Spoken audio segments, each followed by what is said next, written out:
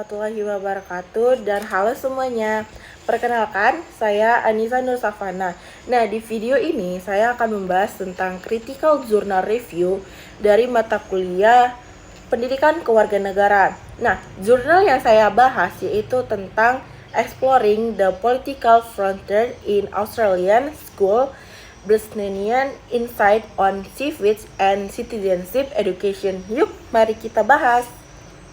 Nah, jurnal ini tuh lahir dari keperhatian terhadap kondisi demokrasi global yang makin mengkhawatirkan.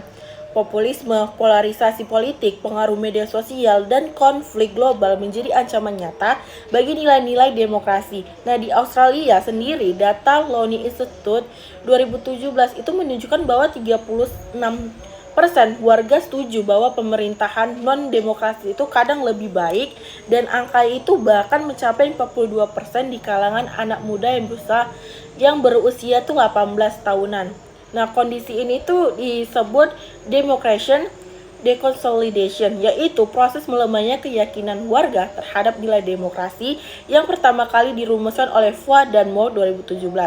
Di tengah ancaman ini, seharusnya tuh pendidikan kewarganegaraan Australia itu punya peran krusial, tapi kenyataannya tuh justru sebaliknya. Kurikulum CCE versi 9.0 itu dinilai malah mundur dari cita-cita pendidikan yang transformatif. Nah, jurnal ini membedakan dua model CCE. Yang pertama itu modelnya tuh minimalis atau teen citizenship. Nah, siswa itu hanya jadi penerima informasi pasif tentang struktur pemerintah. Yang kedua itu model maksimal atau teach citizenship. Nah, siswa itu jadi aktor aktif yang berpikir kritis, berdebat, berempati, dan mengambil tindakan nyata dalam kehidupan demokratis. Nah, masalahnya kurikulum CCE itu Australia justru makin bergerak ke arah minimalis. Nah, untuk menganalisis ini, para penulis itu menggunakan teori sosiolog pendidikan Basil Bernstein. Nah, Bernstein itu membedakan antara pengetahuan mudah yang prosedural dan sehari-hari dan pengetahuan esoterik yang bersifat kritis dan transformatif.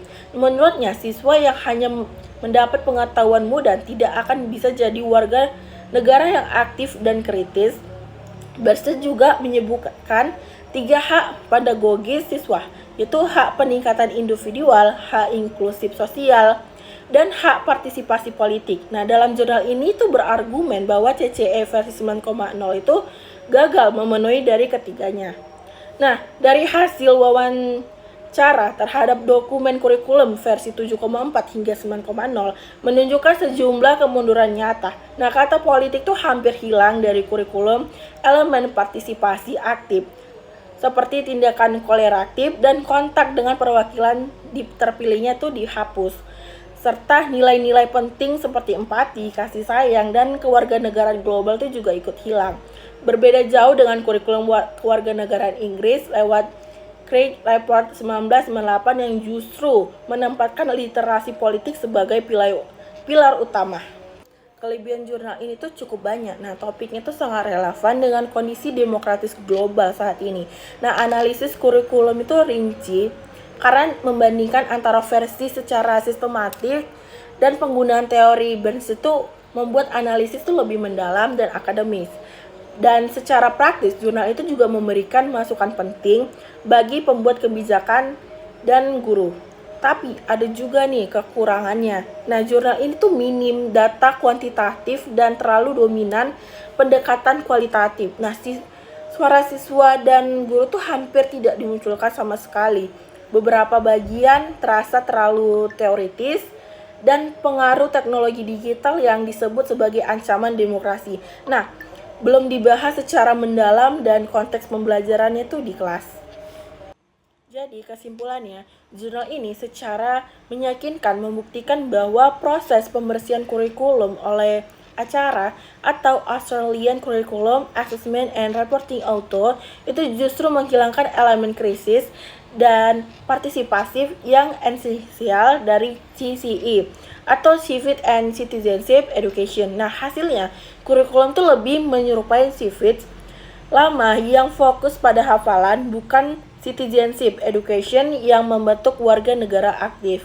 Nah, rekomendasinya tuh yang jelas tuh acara itu perlu merevisi kurikulum dengan memperkuat politik literasi, studi agensi, dan aktivitas citizenship. Nah, supaya sekolah itu benar-benar jadi tempat lahirnya generasi yang demokrasi, kritis, dan mampu berkontribusi dalam perubahan sosial.